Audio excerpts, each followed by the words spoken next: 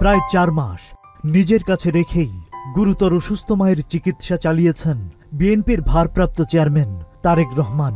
তবে ধীরে ধীরে যখন শারীরিক অবস্থার উন্নতি হল, দেশে ফেরার মনস্থির করেন মা সাবেক প্রধানমন্ত্রী বেগম খালেদা জিয়া। নির্ধারিত সময় মাকে বিদায় দেওয়ার জন্য নিজেই গাড়ি চালিয়ে লন্ডনের হিথ্রো বিমানবন্দরে নিয়ে আসেন তারেক রহমান। বাংলাদেশ সময় তখন সোমবার রাত 7:40 বিমানবন্দরে পৌঁছান বেগম খালেদা জিয়া। মাকে দেশের পথে পাঠিয়ে দেওয়ার সময় ছেলের সঙ্গে হাসি মুখে কথা বলেন বিএনপি প্রধান বেগম খালেদা জিয়া।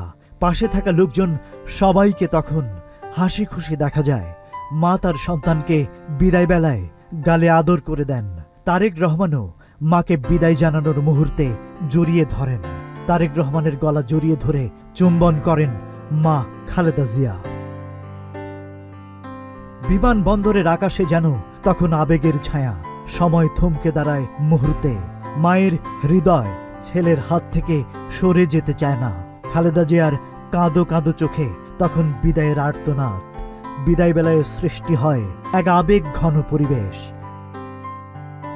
বিমানবন্দরে অপেক্ষার ফাঁকে ছেলে তারেক রহমানকে মা জিজ্ঞাসা করেন, কতক্ষণ দাঁড়িয়ে থাকবে তুমি? জবাবে তারেক রহমান বলেন, তুমি উঠে গেলে, জাইমা চলে এলে আমি চলে যাব।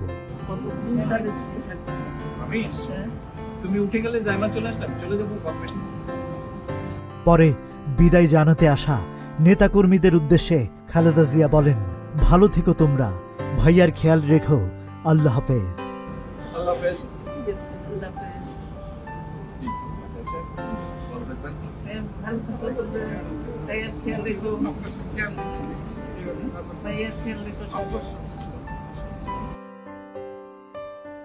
তখন পাশে দাঁড়িয়ে হাস্যোজ্জ্বল পুত্রবধূ জুবাইদা রহমান শেষ মুহূর্তে আরও একবার প্রিয় স্বামীকে বিদায় জানানোর অপেক্ষা।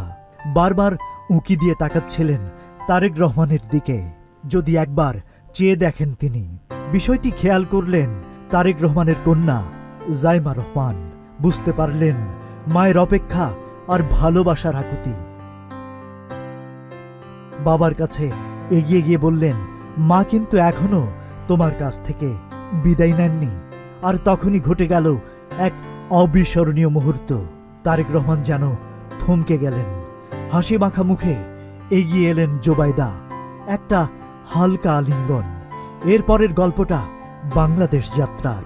জোবাইদার 17 বছরের নির্বাসিত জীবনের অবসান যেন এক নতুন ইতিহাস। Rajib Raihan, news flash 71।